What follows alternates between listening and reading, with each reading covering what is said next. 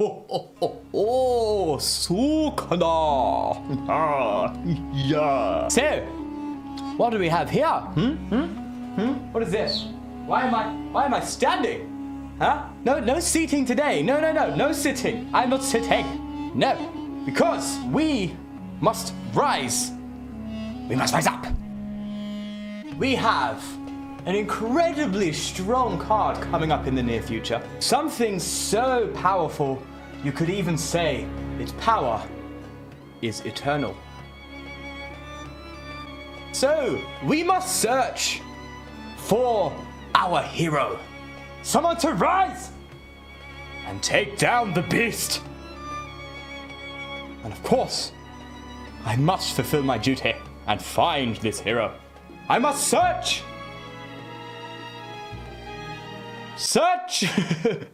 for the mighty, the great hero. Yeah, you get the point, don't you? Yeah. In all seriousness, I'm actually standing because a lot of the issues I've been having recently, which actually was the reason why I didn't have a video on Friday, is my posture's kind of, like that, and I don't like it. And it's not helping my costochondritis, so I decided to do some standing instead. That's right, okay, let's go. What are we playing today? Armaldo. Yeah. Of course. I mean, come on, bro. Twin energy. Ancient blast. 50 damage for each unidentified fossil in a discard pile. Do you know what's great about unidentified fossil? You can discard it as soon as you put it in play. You just and you're good to go. So you can actually max out a 220 damage with this with Diancie 240. You only necessarily need 3 in a discard pile to be one-shotting Eternatus VMAX. That's the one, Eternatus VMAX. Yes. With that said, this is still a very solid card to be playing right now. Pikarom is out there absolutely dominating everything. So playing a deck like this is really fun. It's rogue. It's easy to get going. It can use twin, triple acceleration energy, hit big damage very easily, and just wreck things. Absolutely wreck things. So we're going to be exploring this deck. There's many ways you can play it, but I've chosen, after experimenting for a little bit, to go the way I have. And we'll get into that when we play a game. So let's get moving. Are you looking for Pokemon codes? If so, please check out pdcgostore.com and use the code FTW for 5% off at checkout. What a deal. They always have sales, of course, which is great for when you're looking around and trying to snack some packs up to build that collection that you're looking for. If you do have the finances and you are able to do so, please do visit pdcgostore.com to grab yourself some codes. With that all said, though, of course, please do enjoy the video. Oh, there's no water in here. I was like, yeah, some water. No water for me, I'm afraid. Right, so looking to hopefully be playing against some sort of solid deck. I mean, I'm on a 4-win streak with this right now. I beat March Gang. It felt so hard to do, but I just had to. Do we want to go first? I mean, it doesn't really matter, to be fair. No, I don't know. I haven't figured that out yet. I kind of just go with it when I'm testing. But we obviously want to start off with our labs stadium card, so we can, of course, get things up and running. We have things like, as you can see here, Pokédoll. We're mulliganing quite a lot.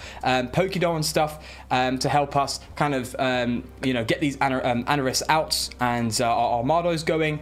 It can take a few turns. So obviously, I threw the likes of dolls in here to do that. Now, you could say, hey, Sean, just play greens, bro. Just play greens, bro. I've tried it with greens, and it just seems a lot more clunky than what I've done with this. Having the likes of Jirachi and stuff in the deck really helps you fish out these cards.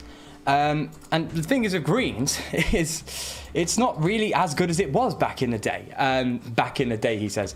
Probably like about, I don't know, a month ago. I don't know. Yeah, it's just not what it was, right? There's no turn 1 greens or anything like that available anymore. So using Jirachi, which will allow you to search for anything like the greens would, obviously less effectively, but having that reliably as you're playing through the game from early game to end is really, really solid. Now, of course, there is a few issues here and there with that. Obviously, when you're playing against Dragapult, Jirachis are very easy targets, which is, it just is the case. But let me make my play here. So we have a pretty solid start from the get-go. We've got the way to get the Jirachi out of the active, and we've got the research lab here, and we've got the triple. So, of course, I almost clicked done there. I'm trying to look at the discard pile. I can. Oh, I'm an idiot. I forgot to put. I was meant to put. What's it called? Oh, yeah. I was meant to put Rod in this deck because there are times where you struggle like that, and I forgot to do it. I want to play a research now and get the ball rolling. But I guess we'll have to save that till next turn. Yeah, we do play Aerodactyl in here as well. Works really well with Ditto, which is also in this deck. Just to give us that GX attack that can do some decent damage if you're up against something with a lot of energy in play. Again, a Pikarom is just really solid for that as well. You can use it with triple acceleration energy just to do some hits here and there. And it's got free retreat. No one's complaining. It's a pretty solid card to throw in this deck. I did consider the likes of Buzzwole and that as well. But you have to be careful with choosing stuff like that here. I mean, you probably should, to be honest with you. This deck definitely can have improvement. I wouldn't say this is the final build on my part either. But, oh no, I was a bit worried about prizing a Buzzwole and just being stuck for a bit. Starting a Jirachi is so good in this deck that I didn't want to throw in the Buzzwole to throw off the odds a little bit more. So that was kind of the thought process, at least. You know, there's many times where I started a Jirachi and I'm like, okay, I now have to get a Twin Energy or... yeah, use up a Twin Energy or find a switch. Which, to be fair, never really caused issues. It's just, I'd rather not, mate. Volcanion. Oh, I haven't even seen that promo, you know. I haven't even seen that promo. Cute than me. Hello. Okay, well, this is obviously just a firebox deck. No problem with that, to be fair. We can just simply... Okay, let's evolve. I want to attack this turn. Let's attach the triple as if we are going to attack. I'll drop this down. We'll throw that out, obviously, just to counter their stadium. We'll play the research. And if we need to get rid of the dolls, we can.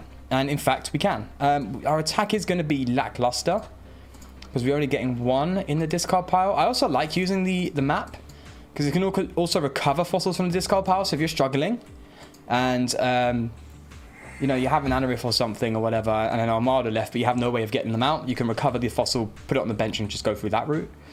But we can. There's still a chance. It's a risky shot here, but if this Jirachi finds us a fossil or a map, we hit 120. It didn't. Oh, that's a yikes, mate. That is a yikes. I'll get a Ditto down at least. Oh wait, no, it's not over. It's not over. It's not over. It's not over. It's not over yet. We still got the switch, so we can still do something here. Come on! Come on! What's our hand saying? We've already got Marnie, so yeah, we'll get the switch here. And we'll probably ditch the switch for a Ditto. Yeah, we could Diancie. I don't think Diancie would get us to KO, so I don't think it's that important right now. Although, telling a lie, I think I should have, you know. That could have actually given us the potential to take this thing out. So, yeah, there's a few cards I definitely would say that I've forgotten to put in this deck. That seems to be a bit of a no-brainer. So, yeah, I'm saying this off the bat. This is not the final list. But just find a way to add in Tool Scrapper, because this will get in the way a lot of the times. I mean, not too much, because 220 actually is our max damage output. So we just need to find another... the rest of our fossils, sorry, to get going and one-shot that thing, even with the charm, so that's fine. That's okay. And of course, we have the dojo and we have fighting energy and stuff, so if you're ever in a position where you're behind and you have the energy in play ready to go, attach the fighting energy, extra 40 damage, mate. You're going from 240 to 280 with the Diancie in play. So you can see how the numbers are going to be quite relevant here. But, alas, let's play the money first before we decide to follow up. I want to get an Anorith here. Great. And the thing is, when building this deck, I learned it's super tight. I'm not even playing, and it's really risky, but funnily enough, it seems to work, at least from my experience. It's really risky, but I'm not playing any like evil incenses or anything like that. I'm literally just naturally relying on drawing into our Armaldos, and I have had a few issues here and there with that, but it's never seemed to be that bad that it's costed the game. I mean, it can, don't get me wrong, but it's never seemed to be that much of an issue, especially when you have time and Pokédolls to play around with, where you can just throw a Pokédoll in the active and you're like, okay, I'm going to go for another turn, pass up, hopefully they haven't got the gust, and, you know, go from there. And it seems like a lot of decks are just playing 2 bosses orders and a great catcher nowadays. That seems to be the average of what you'll be finding when it comes to gusting, so, you know, they're not going to have it every single time. And if they do, they only have so many to use. But hopefully, we can get ourselves the rest of the fossils so we can deal with this thing. He can GX, but the thing is, he's taking out a 1-prize Pokemon. Sure thing, geezer. Do your thing, mate. Do your thing. All right, so we have everything in hand ready to go, which is solid. Top decking Armados, nice and easily. As I said, it just doesn't seem to be an issue. I'm going to bench the Pokédol and go for a research here. And hopefully we can get a... Oh, look at that. That is just gorgeous. Oh, yeah. Okay. Yes, please. We'll even be greedy and go for the double Jirachi. Why not? Why not, mate? Why not? Let's do it. Okay. We will get... Should we get the boss? Double boss's orders. That could be useful, man. We could just gust up things nicely here. All right, so... There we go. If we had Tool Scrapper, then yeah, we'd only need the extra fossil in the discard pile. But we're going all in, mate. We're going on. We still have, if we need a turn, we still have the dolls here. If we really need to get, you know, an Aerodactyl out or something and start using that, or get another Anorith down. I think we have, yeah, we have one more. Either in the prizes or in the deck. But we still have that option, which is great. So, yeah, we can still take another turn to go for labs if we need to. Because that's what I found out to be the biggest issue when playing this deck. Is just like, okay, they've taken out a couple of my Armados. I haven't had the turn to set up again. I need an extra turn to do lab. So, Pokédol, go. You're ready to go again. So, that's why I think the Pokédols are really good for this deck. Because you will have those times where you need to take that turn. And it will turn the game around if you've got the fossils in the discard pile. I mean, look, at this rate, bro, we're hitting 220 just no matter what. With Armaldo. So we can just keep the Armaldo streamed. We're hitting big numbers, boy. Obviously, we're not one-shotting things like Cinderace, and which I haven't seen too much on the ladder. Or, you know, the fire box is really not going to be something we can just walk over. But at the same time, they also like to attach a lot of energy, which, you know, opens the door to our Aerodactyl, which is going to be great if we fall behind. Aerodactyl. If I'm making sure I'm correct, let's say a Reshizard would have 4 energy. That's 200 damage. That's 240 plus a Diancie. That's 260, which is 10 damage off. Ouch. So maybe you want to throw like a Vitality Band. But I mean, we're talking about a Reshizard, right? It's not seeing that much, to be fair. When you're talking about the big stuff. Dragapult, I haven't really had issues with Dragapult. I played a Dragapult and beat it with this on the ladder. But that's only one matchup, so that's not really going to give you a good idea. But... it doesn't seem to be that crazy. Again, you're hitting big numbers, and a Dragapult doesn't necessarily one-shot you, right? Because they're hitting 130, but obviously they have the likes of spread and all that jazz. So, you know, be that as it may. Okay, so now considering that we've got the fighting in the discard pile, we only play 2 fighting energy. Now I want to save that for an Aerodactyl. So what I want to do... yeah, I think we might just genuinely just have game here. I'm going to... Cynthia and Caitlin, and I know I was looking to use that labs. I just don't think we need it. So I'm going to Cynthia and Caitlin here. Get like a Marnie or something. That's... yeah, there we go. Oh, they've scooped.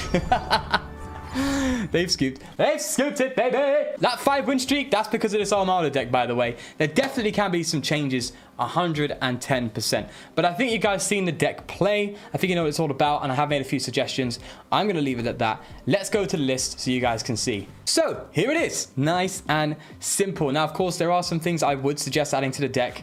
Finding a way to add a Tool Scrapper or something. Finding a way to add in a Rod to recover some Armados, and again, take those turns to use the Pokédolls and the labs to get things moving.